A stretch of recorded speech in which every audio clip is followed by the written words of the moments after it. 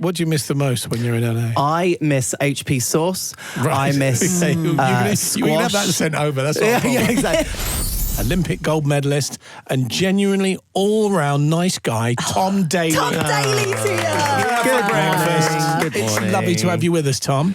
Can I ask you, first of all, what would you normally be doing? It's 8:05. What would you normally be doing at this time of the morning? Talk me through your morning routine. At this point, I would have just dropped off our oldest son to school, and then we normally go right from there to a hike on Runyon Canyon. Is normally our how morning. lovely.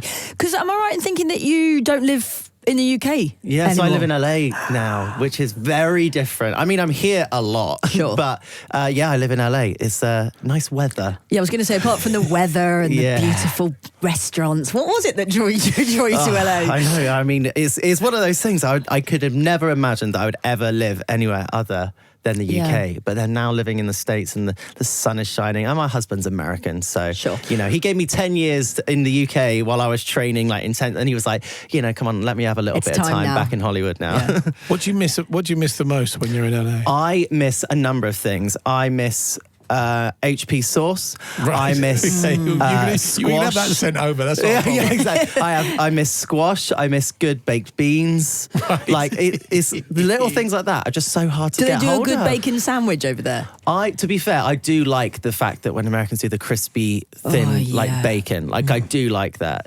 But they never do a good like fry up. Exactly. Like an English breakfast is just not the same. You go to a diner in America and you get like the pancakes and loads of maple syrup. It's just not the same as like a greasy spoon. Oh, you can't beat Yeah. it. You can't beat A it. new documentary is out on Discovery Plus on Sunday called 1.6 Seconds, Yes. which promises an intimate glimpse into the life of Tom Daley. How intimate are we talking? I mean, not as intimate as like maybe some people might want to see, but it is a very vulnerable documentary. I mean, I go into what it was like growing up, as a diver in the public eye, and like the trials that I faced doing that, and also talking about things that I feel like people never saw behind what the Tom Daley was that they saw in the media, and kind of getting to know that person a little bit. And yeah, it was very weird to kind of like see my whole life flash before my eyes, really. It was kind of how it felt. What was it like having, the filming that took place for such a long period of time and just having that level of kind of,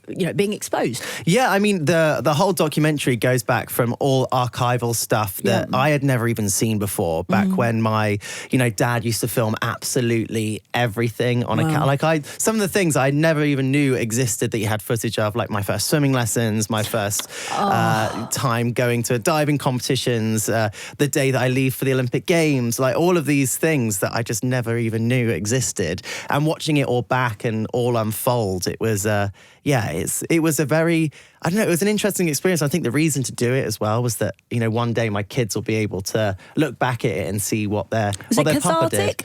It was like I feel like the whole process of doing a documentary is always a little bit intimidating, because you don't really know what you're going to be asked, how it's all going to turn out, and you kind of have to step back from it a little bit and let other people kind of run it, because otherwise you're so close to it, because it's it's your life. So it's a very surreal experience. One of the things that surprised me was you were quite honest about the body dysmorphia that you I wouldn't say suffered from, is probably not the right word. You said that you hated the way you look, which I was surprised by.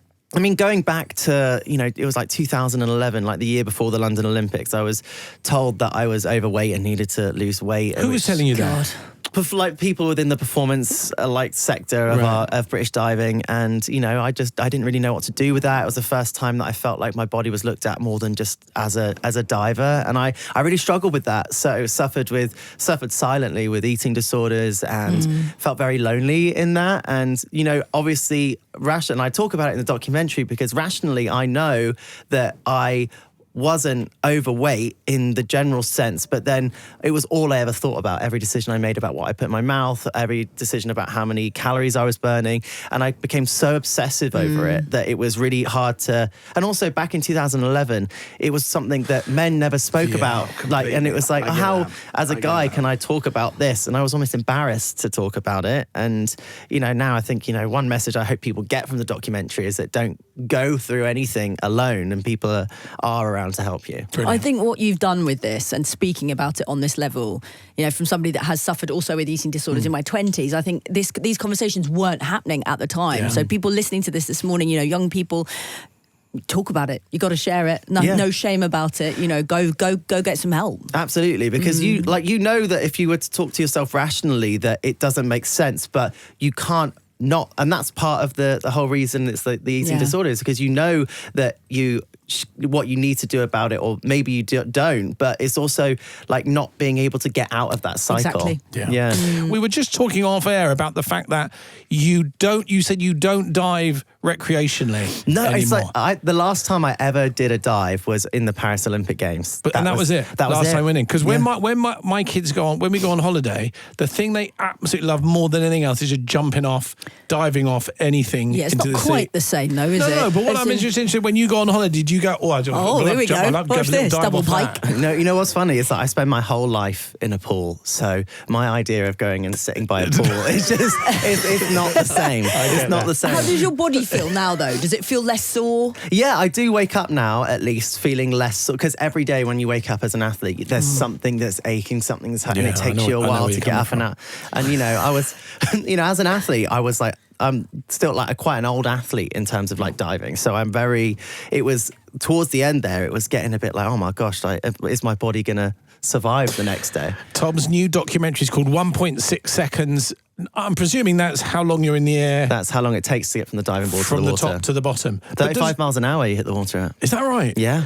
Surely, doesn't it not make a difference on how high you're going?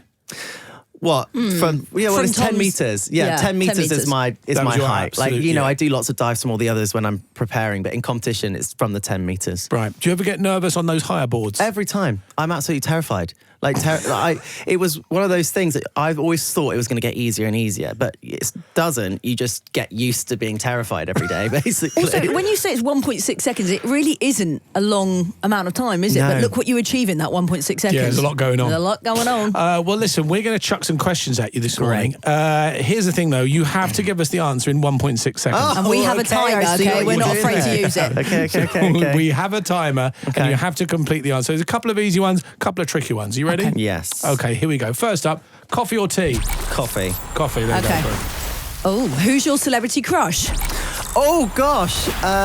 Lance Black, my husband. Oh, you can't get away with that. Yeah. Also, I can't get away with not that. in the time. Taylor Swift or Sabrina Carpenter? Taylor Swift. Tay. Favourite food of all time? Bangers and mash. Oh, yeah. Diving or knitting? Oh, knitting. A celebrity you'd hate to go out for a drink with? Oh, gosh. Piers Morgan? A fashion choice you'd ban forever? No such thing as a bad fashion choice. Right answer. that. Correct. If you could only listen to one singer or band for the rest of your life, who would it be? Dom Dollar. Something that always makes you happy? My kids. Oh, what's a weird talent of yours? I guess crochet, knitting. Is that weird? I don't know. Is it? Something that makes you cry? Seeing my kids do their performances at school. And that is the end of 1.6 seconds with Tom Look at Daley. that. Tom, it's always a pleasure having you in. We appreciate I also you coming made in. you a little something for heart breakfast. I've Oh, got a no. little. You are kidding. Who's me. it for? Is it for JT or Well, me? it's for the studio. We can keep it. Tom has keep it in the knitted studio. a heart. Little That is crochet heart for That you. is the Thank sweetest you. thing. No one's ever given us a present on this show before. Tom Daley. Tom Daley, everyone! Thank you, Tom.